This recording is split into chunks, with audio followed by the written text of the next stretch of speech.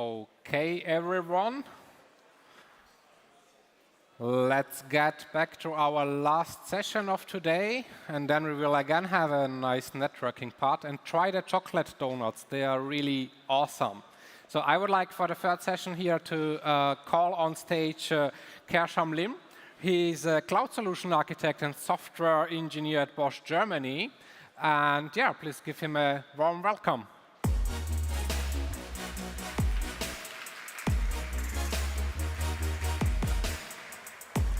Okay, have fun, enjoy the stage, and see you later for the Q&A session.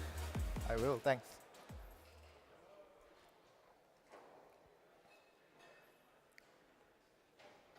All right, guess we can start.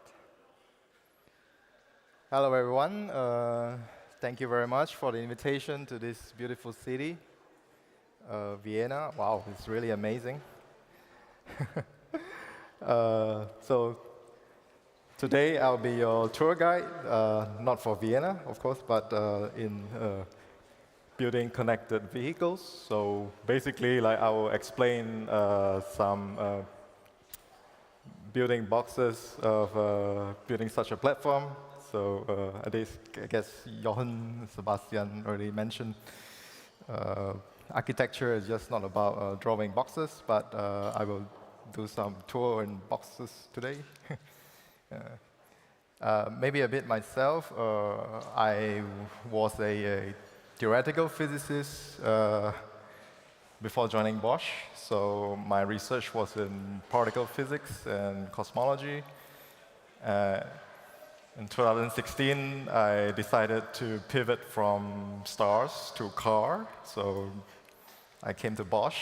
Had the privilege to do a lot of things. So I was a big data architect, and then I became a plumber for data engineering, so plumbing data pipelines. I did some data science projects with, regarding manufacturing use cases. And since 2020, I decided to pivot to the real passion, so which is connected vehicles. So today I'm gonna share my experiences in building connected vehicle platform.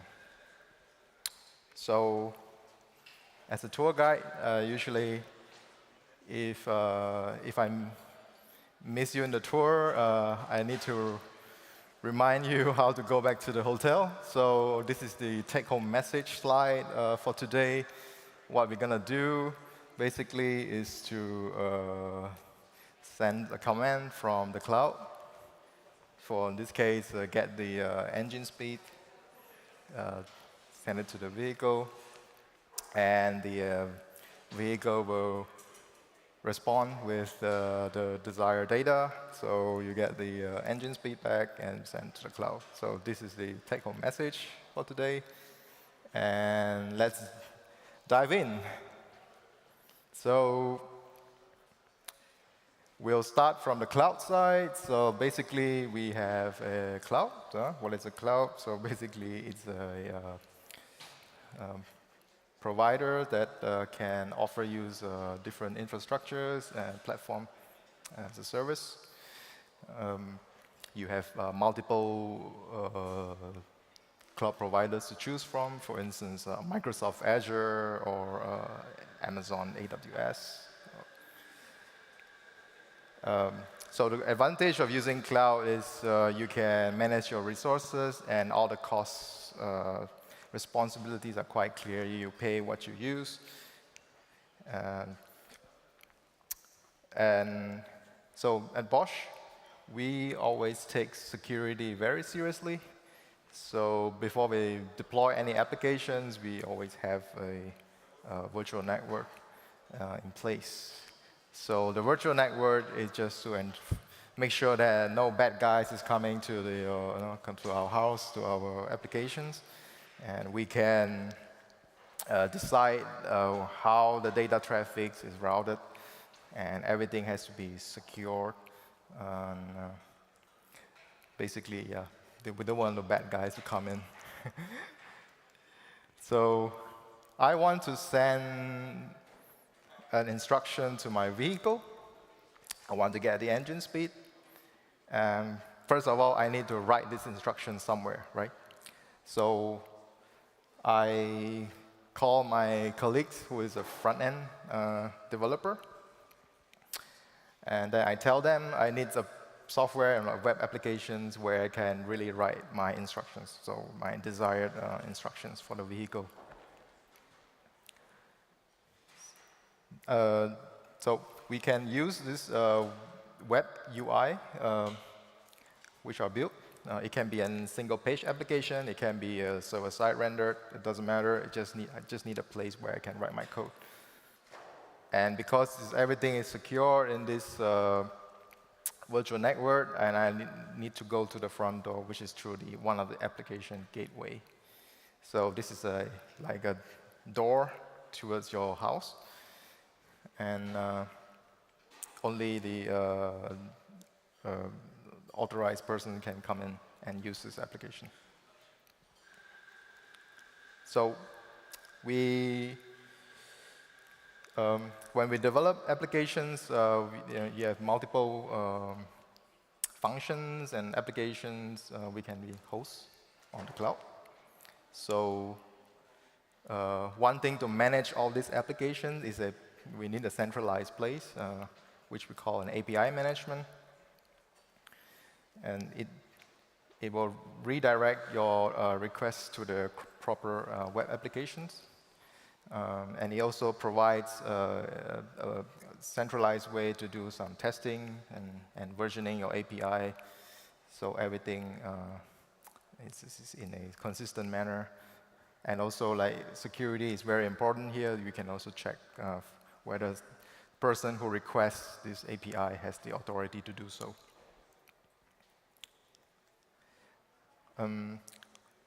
So finally, I wrote the request to get the engine speed from the vehicle, and the API management routed my requests to the bytecode compiler. So this request will be compiled into bytecodes. And here you have the different multiple deployment possibilities. For instance, one can use infrastructure as a service, or platform as a service, software as a service, or function as a service. So my experience is the higher you go, the more pain you have to put in. So when I was in kindergarten, I really enjoyed the freedom of just spinning up a virtual machine and try to do everything my own. So I like the infrastructure as a service. But then later, I learned in the painful manner that this is not the way, because people always keep reminding me to take out the trash. For instance, you still have some locks you need to rotate. Do you do the security patch on this operating system? Do you do this? Do you do that? And then as I grow older, I become wiser, and can only recommend using platform or software as a service to smoothen your deployment. Once the bytecode is there, you have to deploy it to the vehicle. But before you do that, you need to make sure that it passes certain tests and checks. So testing is very important because wrong bytecodes might cause some issues to the vehicle, and it might be very dangerous. So everything has to be done in a compliant manner. And so you could imagine that probably that I need to deploy those code to a fleet of vehicles and to check different combinations of the software firmware. We need to spin up multiple bytecode testing, and then this can be done very easily at cloud because applications can be scaled horizontally. And everything has to be versioned and has to be archived for compliant purpose. So once the bytecode is ready to be deployed, we hand over the bytecodes to the fleet management. So this is a place where you manage your devices. In this case, would be the vehicle. So the bytecodes, they can be deployed in multiple ways. So one possible way is that when the vehicle is being started, it will make a request to the cloud and say, do you have anything new for me? Do I have any new updates or any bytecodes? Alternatively, it could be a bidirectional communication. So the fleet management will contact the vehicle and say, here's your bytecode, so go and have fun with it. Before we move to the vehicle side, let me slowly say more things about the cloud infrastructures. So I just want to give a shout out to the colleagues, unsung colleagues behind the scene doing the DevOps stuff. So for instance, monitoring is very important, crucial part of the stable platform. We need to collect the metrics to know the performance, whether we need to scale up the infrastructures. Logs has to be collected, and distributed tracing is also important for you to determine which is the root cause of your the error, let's say, in one of those microservices. And once there's an error, that the developer should get alert via the alerting systems. And of course, everything what I've mentioned here is they're deployed via continuous integration and continuous delivery. So every time you write a code, you check it out, you check in Git, and then you do the automated testing and deploy it via deploy the application via automated pipeline. Even the infrastructures has to be automatized. So like setting up all the building blocks, even the virtual network itself, everything can be automated as a code. And last but not least, identity management is very important. So we don't want unauthorized person to come into our applications. So we need to check for authentication and then check whether he or she is authorized to use the web applications.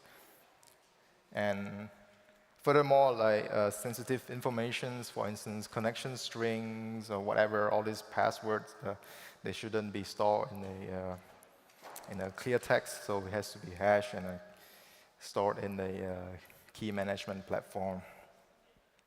All right, then let's slowly move to the vehicle side. We take the bytecodes, we move to the vehicle, and let's take a look what's inside the vehicle. So the first thing the bytecodes will reach is this connectivity unit of the vehicle.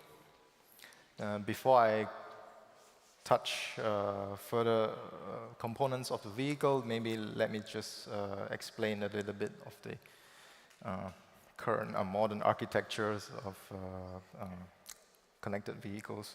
So as you can see in the bottom, we have multiple ECUs, the electronic control units. Previously, based on previous architecture, those control units, they work independent, they have their own functions. And then slowly we consolidate it to the domain controller. So this is more like a more powerful computer, let's say, that can handle different functions and also enables communication between different domain controller. And going one level above that, you can even imagine a vehicle computer itself that kind of orchestrates everything below. And in the future, like most of the functions that are non-critical can be delegated to the cloud. So this is very easy to imagine. So this is like some people building up houses. You have a village, and then a village grows bigger. It becomes a kingdom, and then a kingdom becomes a country, and then they communicate and trade with different countries. This is how I think of this modern architecture. All right, so we got the bytecodes. The connectivity unit says, OK, where should I forward this thing to? Maybe I just pass it to the domain controller, the blue box, as you have seen. So before I move to the next electronic control unit, let me just explain a little bit what this whole domain controller is doing. So now imagine you have a computer, let's say, with a hypervisor, and so the computer, let's say a computer itself consists of microcontrollers, microprocessors. It's a hardware piece itself.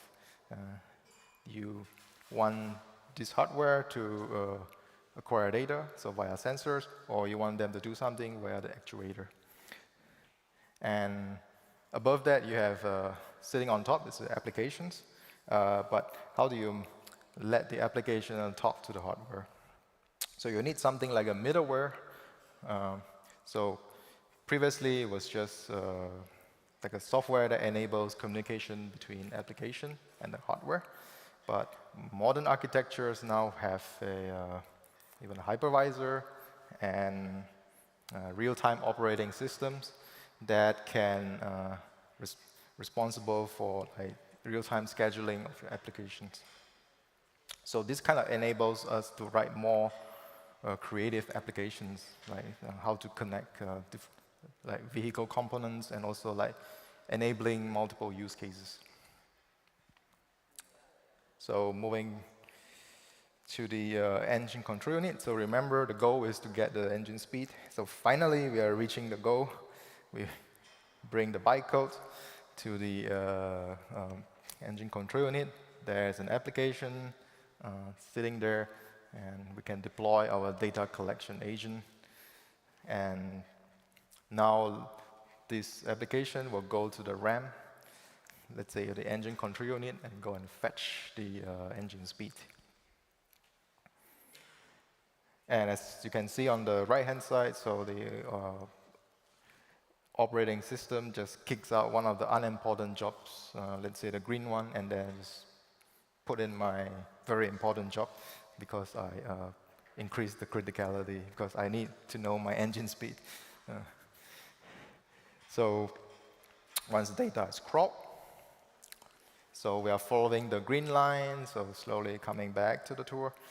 We will pass the data from the engine control units to the domain controllers and to the connectivity units, so one by one. But on the right-hand side, so please keep in mind that before sending the data, you have you could have multiple actions taking place. So for instance, you could aggregate the data first, so that you don't send that many fine granular data sets, so just the aggregations. You could do another hierarchy of aggregations, or you could also apply some transformations, for instance, fast Fourier transform, or some creative mathematics. And everything will be buffered, so before sending back to the cloud, it's very important to buffer the data. So because otherwise, you drive to the mountain and then you lost internet connections, and what happens if you wanted the data? So the vehicle will keep the data for certain times, and then once you have the connections back, so it will take the buffer and send it back to the cloud. Okay, then let's coming back to the house again. Let's go back to the cloud, and so the data is sent. So can be different protocols. It can be HTTP, it can be MQTT. The data itself will reach the message broker. So give an example. So it can be an Apache Kafka, or it can be Azure IoT Hub. So this is a place where you collect the data itself. So as you imagine that this is very high volume, you have to decide which technology you want to use. Can you afford to lose data, or can you afford to have duplicates of data? And also, these brokers has to be scaled horizontally so that you can acquire more and more data. And one use case, what do we do with the data? So once you have the message broker, you can pass the data to the real-time streaming processing engine. So you can have a fancy dashboard to visualize all the vehicles online and all the data points. You can also implement the alerting systems to alert you if, for instance, an accident was happening in one of the road, and you already can acquire the data based on the driving behavior of the vehicle, and then you can send the alerting to the person that's before reaching that accident site. So maybe one fun story. So when we did a hackathon once, a couple years ago, we decided to use the vehicle to collect the temperature information. We drove around Ludwigsburg, so it's a place near Stuttgart. And we managed to map the Google map and color the Google map in the temperature gradient. So it's very fun to look at all the streets are colored with temperature gradient with real-time processing. So parallel to the real-time processing, you can have batch processing. So these are more like you want to process the data for long-term storage. The data are usually enriched. So probably you would join these data sets with another external data sets. Or, for instance, you also need to deduplicate the data if the data contains duplications. So this can be done via different technologies. So I can give an example. One would be the Databricks or Apache Spark. Those processing usually takes a long time, and usually it's scaled horizontally, so accommodate this huge range of data. Once it's processed, it can be stored, the blob storage, on a database. Here we have different choices regarding how do you store data. So if it's structured, you can imagine you can put it in the SQL server. If it's semi-structured, like JSON, you can imagine you can put the data in this NoSQL database. And if it's unstructured, it's maybe better to put it as a blob storage. It's very important to look at the data access pattern. So like you want to process the data to serve the customer who is consuming the data. So you want them to have a very convenient experience and also very fast access to the data. So this is the place I would say that one as a data engineer needs to think about how do they take the requirement from the customers and how to implement it to satisfy the use cases. So once you have the data in data storage, you can take a look inside the data. You can analyze them, so it can be a reporting or just to determine the KPI. You can hire a few data scientists to do some exploratory data analysis just to get to know what are the correlations between the data and also how do they behave. Once you have the for instance, a certain hypothesis in check, and maybe you can imagine I can implement a certain use cases, but the relationship between the data are nonlinear. You can try to implement machine learning, which has been introduced by Tomislav in the previous talk. Machine learning, you have different choices. One is supervised learning, where the answer is given, so you just need to use the algorithms to determine the relationship between the features and the target. Or it could be unsupervised learning use case, where the data are not labeled, and you need to figure out the relationship among them, or just a segmentation of the data. And usually this process, for this process, you usually split the data into training, validation, and test set. And you train the data, and then you tune the hyperparameter using a validation set. And then you determine how good is the model based on the test set. So training the data is usually like an iterative process, as mentioned in the previous talk. You have to decide which algorithm you want to use. And also the hyperparameters has to be tuned. So this thing is a continuous process. So you gather data, you train a model, and you go out and get more data, and then you continue to improve your model. And all those models are versioned, they are stored, and you can determine how good or bad are the model, and also sometimes situation changes. You need to adapt to these changes. These are called concept drift, so they are they happen every time in the real-life use cases. So unlike the Kaggle use cases where you collect the data and then you train the model and then you compete in the platform, in real-life data, the behavior always changes. Yes, once you have the data, once you train the model, you can deploy the model.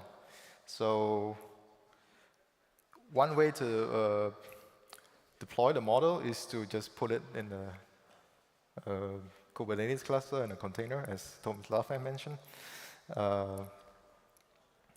You can put a very, very big machine learning model, usually on the cloud, because hardware is usually not the constraint. Usually, in this case, you don't really care about how fast can you get the answer or the predictions, because the vehicle has to pass the feature up to the cloud and then do the inference and then get back the answer. Usually, it takes some time. And in this case, you won't implement critical use cases like by putting a model on the cloud.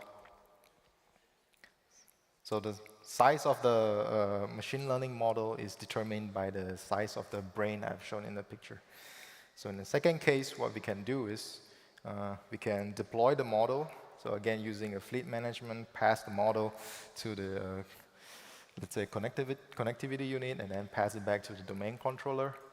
So in a domain controller, again, it's like a computer. You can put your model there. In this case, we are coming slowly to the limitation of the hardware. So we are talking about sub-gigabytes model sizes.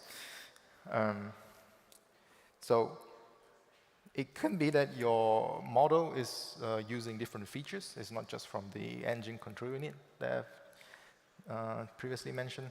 You could use other features by, let's say, transmission control unit or from the brake control unit. In this case, you need to sniff out all this data from from different communication channel, either via CAN, FlexRay, or Ethernet. So the latency itself here is already very short, but it's still not very short enough.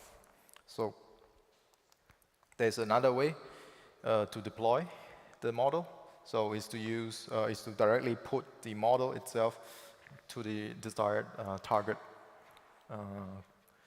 electronic control unit. So for instance, I put it in this engine control unit. Notice that the size of the brain is getting smaller.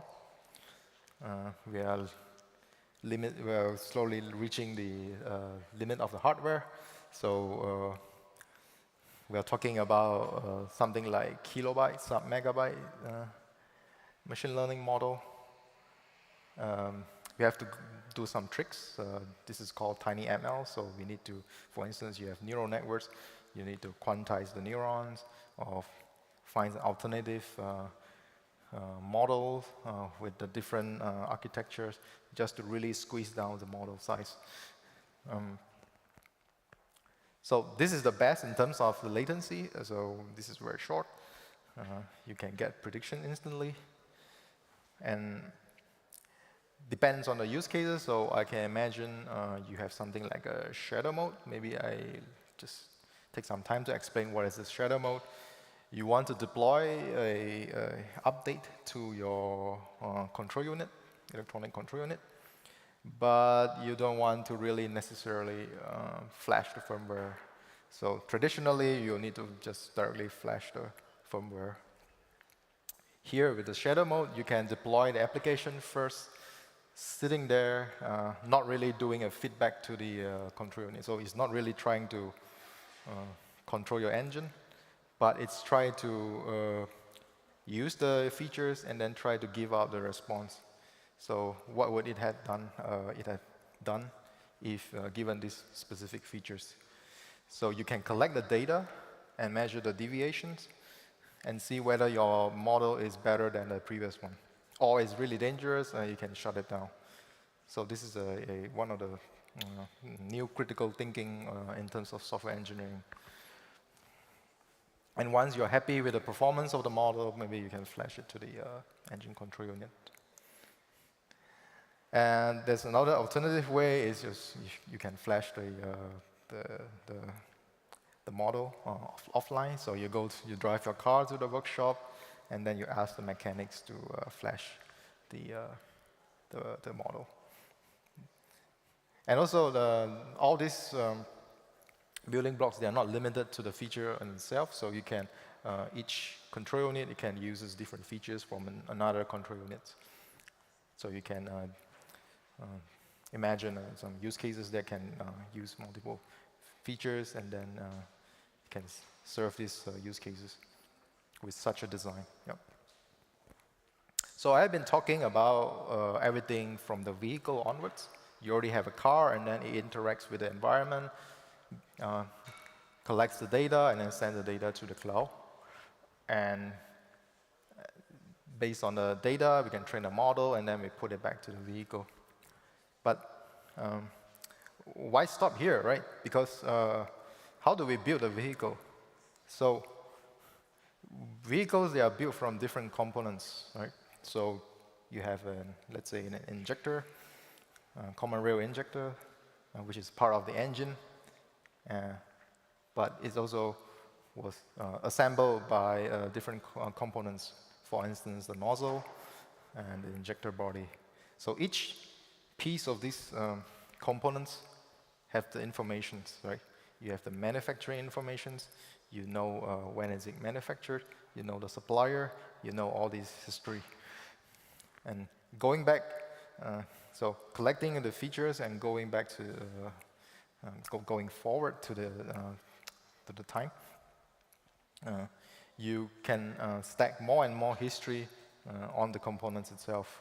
And actually, the whole vehicle contains the whole history of the manufacturing details.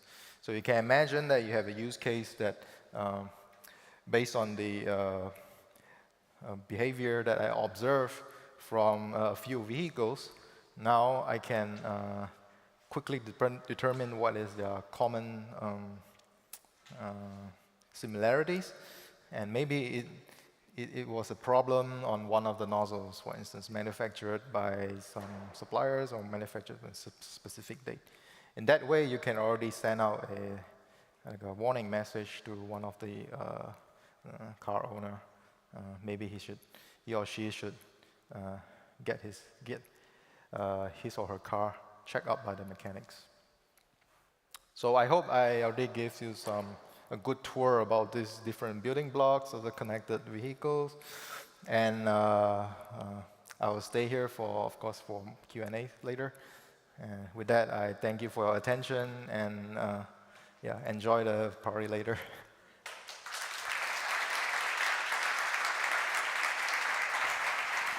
So, thank you. Thank you very much for this overview. So a short reminder for the people watching us online, just use the chat and the Q&A tool to ask your questions and still get some points for the leaderboard. And for the person here, please just raise your hand if you have a question. So here's one. Thank you very much for your presentation. It was very interesting. One question regarding the CI/CD pipeline, right? So any kind of update you make to the software, like it needs to be tested also on sort of the hardware, right? Okay. Do you have some sort of simulators that you could put as part of the CI/CD pipeline that can simulate the, let's say, work of an engine as close as possible to have this automatically tested before pushed into sort of production in a way? Yeah, we're actually working on that currently. So it's one of the projects. But I can imagine in other projects you already have something in place. Yeah. Perfect. Thanks. Okay. Other questions from the audience here?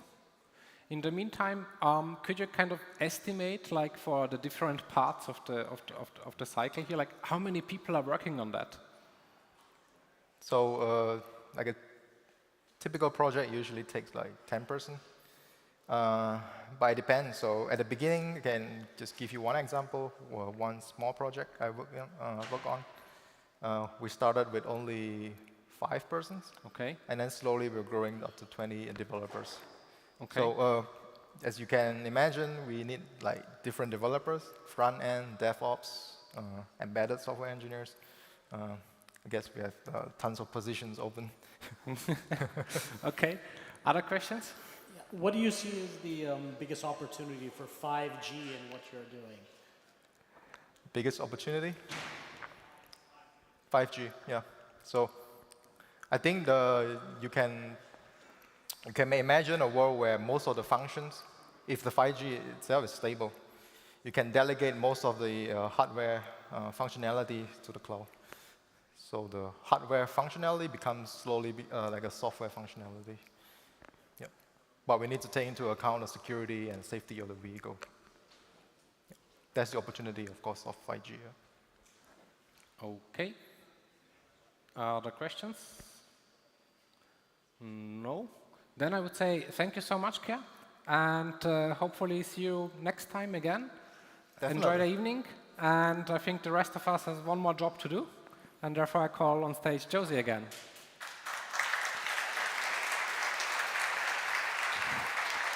Yes, we have one more job to do. I Yes. think you can announce the virtual Yeah, okay. winners, So or- we have to announce 10 winners of the goodie bags with some tickets for the WeAreDevelopers World Congress. I'm going to start with the virtual ones from the leaderboard. So position number 3 on the leaderboard is Matan I with 161 points. So congratulations, Matan. Looking in the camera, you won one of these. We'll get delivered and we'll get in touch with you to get your address. Then position number 2, Stefan Kuhs, 240 points. Congratulations.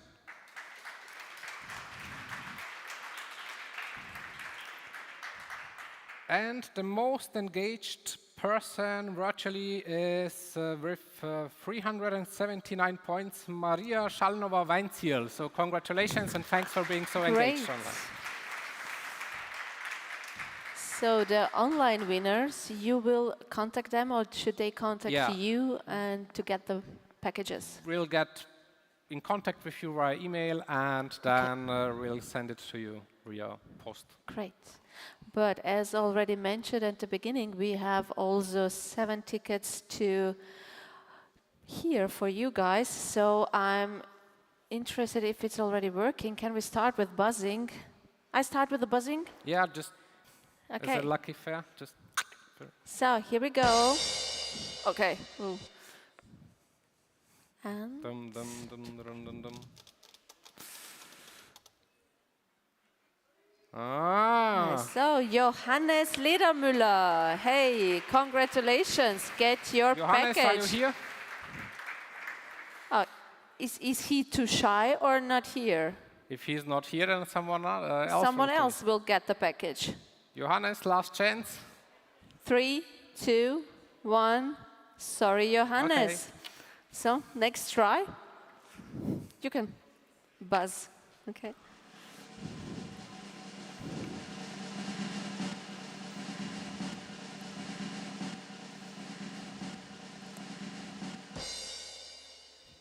Maximilian Maximilian Moravec. Moravec. Ah, here. Come on stage. Yay! Come. So where is the... Is this one? Yes, you can take one. Congratulations. Thanks for joining. Nice time in Berlin. Thanks. So, here we go. 6 more to go. Because Johannes is still not here, or? No. Okay.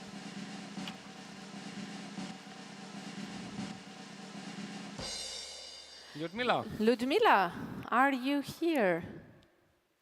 Oh, second one. She's not here. Okay. Next one.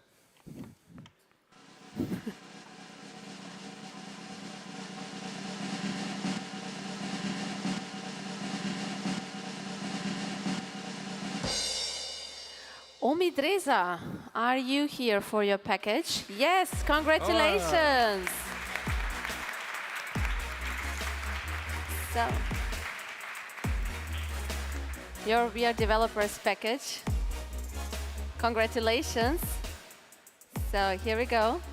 And please go to the site. Thank you very much. So, next one. I'll pick the packages here.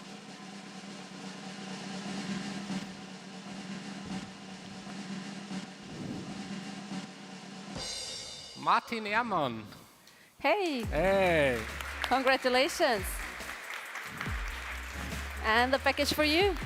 You're welcome. Your turn.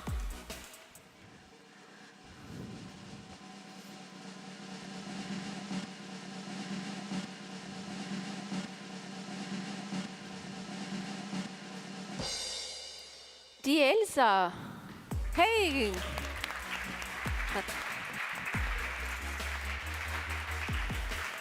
So, congratulations. I'll just speed it up a bit. Sure, you can.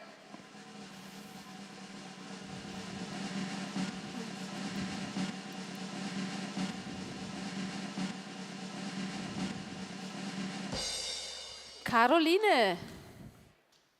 Yay! Ah.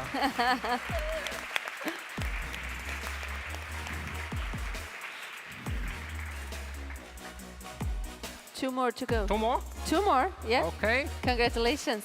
The second last one. Yes.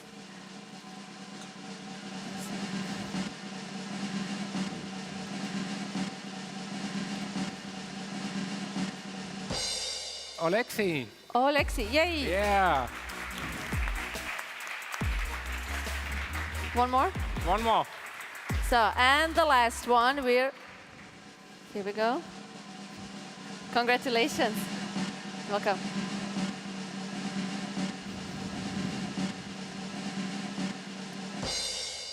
Manuel. Manuel. Any Manuel? No, Manuel. Anyone who thinks he's Manuel? Then, 1 more time. Oh! Manuel is so, here. okay. Right on time. Perfect. Then we are sorry for Sanyin. Sorry. Perfect. Can I see your ID? You're welcome. Welcome. Then we have to be sorry for Sanyin because he was the last. Johannes. No, Sanyin. Sunny. Yes, I'm sorry, Sanyin. Is Sunny here? Yes, he is here, but we don't have any packages more. Sunny, you will be personally invited by us as well. Yes.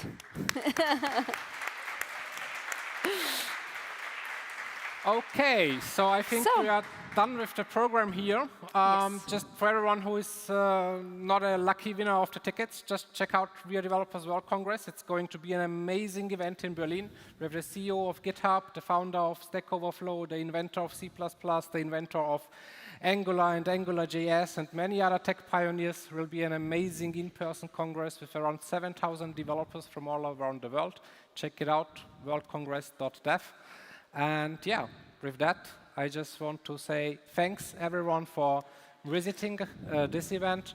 We'll still have the DJ, some music, some food, some drinks, Yes. and some closing words from Josie. Sure. So because all before you run all to Berlin, stay here with us for a few more hours. We have good food, drinks, we have our DJ, our in-house DJ, so let's get together, get connected. This is a very valuable network, use it. And if you have any questions about Bosch, working with Bosch, about the opportunities with us, you will see a few people running around like in hoodies like mine. Don't hesitate to contact them and ask a lot of questions. And how Tomislav said, ask the right questions. So enjoy the evening. Thank you for joining us today, and hope to see you again. Yes, latest in Berlin. Thank you very Thanks. much. Bye. Bye.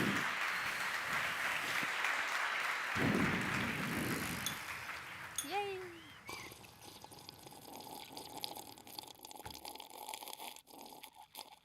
Look, Sean, our goal is for all Bosch locations worldwide to become CO2 neutral. That's why we thought we should team you up with, well, someone who truly represents the future.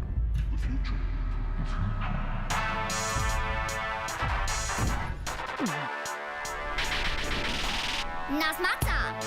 You're about to win. Well, bring it on, little one. My first beat. Pump the heat. Save energy. Works for me. Okay, cool. Drilling tool. Super strong. Last so long. Whatever. Whatever? I mean, it's clever. But back to me. Charge and eat. Electric drive. My crew lights. I drop the mic. I like your bike. Hey! Take steps with me. Save energy. Water saving camel saying, how amazing. It's time to quit. That was fun. It's past your bedtime and I'm done. Like a boss. Like a boss.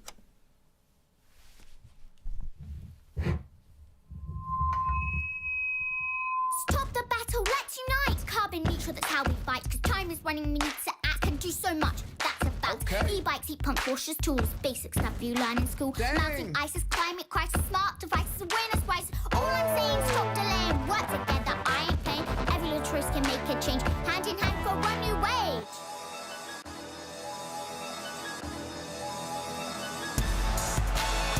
Truly represents the future. So many ways for better days. So many ways for better days.